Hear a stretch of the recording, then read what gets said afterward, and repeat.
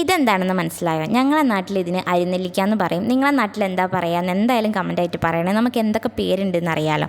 അപ്പോൾ ഞാനിത് ഇന്ന് ഉപ്പിലിടാമെന്ന് വിചാരിച്ചു. അപ്പോൾ ഞാനിതെല്ലാം ഇങ്ങനെ സെപ്പറേറ്റ് ആക്കി കഴുകി തുടച്ച് വെച്ചിട്ടുണ്ട്. പിന്നെ നമുക്ക് എരിവിന് വേണ്ട പച്ചമുളക് അതും എടുത്തിട്ടുണ്ട്. അത്യാവശ്യത്തിന് പച്ചമുളക് എടുത്തിട്ടുണ്ട് കേട്ടോ. കാരണം ഇത് വിനാഗിരിയിലിട്ടിട്ടുള്ള പച്ചമുളക് കഴിക്കാൻ ഭയങ്കര ടേസ്റ്റാണ്. നല്ല എരിവ് ഉണ്ടാവും, നല്ല ടേസ്റ്റാണ് കേട്ടോ. അപ്പോൾ ഞാൻ ഇതേപോലത്തെ ഒരു ബോട്ടിലെടുത്തിട്ടുണ്ട്. അതിലേക്ക് ആദ്യം കുറച്ച് അരിനെല്ലിക്ക ഇട്ടെടുത്തു, പിന്നെ പച്ചമുളക് ഇട്ടെടുത്തു. പച്ചമുളക് ഞാനിങ്ങനെ ചീന്തിയിട്ടാണ് കേട്ടോ ഇട്ട് കൊടുക്കുന്നത്.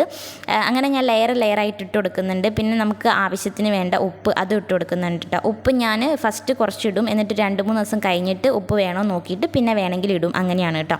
പിന്നെ നമുക്ക് വേണ്ടത് വിനാഗിരിയാണ്. വിനാഗിരി ഞാൻ ഇവിടെ ഒരു 1/4 ഭാഗത്തോളം എടുത്തിട്ടുണ്ട്. പിന്നെ നമുക്ക് വേണ്ടത് പച്ചവെള്ളമാണ്, അത് കുറച്ച് കൂടുതൽ എടുത്തിട്ടുണ്ട്. സാധാരണ ഇത് രണ്ടും ഈക്വലായിട്ടാണ് എടുക്കേണ്ടത്, പക്ഷേ ഇവിടുത്തെ വിനാഗിരി ഭയങ്കര പുളിയാണ്, അതുകൊണ്ട് ഞാൻ കുറച്ച് എടുത്തിട്ടുള്ളൂ. എന്നിട്ട് ഇത് 2 ആഴ്ച അങ്ങനെ വെച്ചിട്ട് പിന്നെ കഴിക്കുക കേട്ടോ.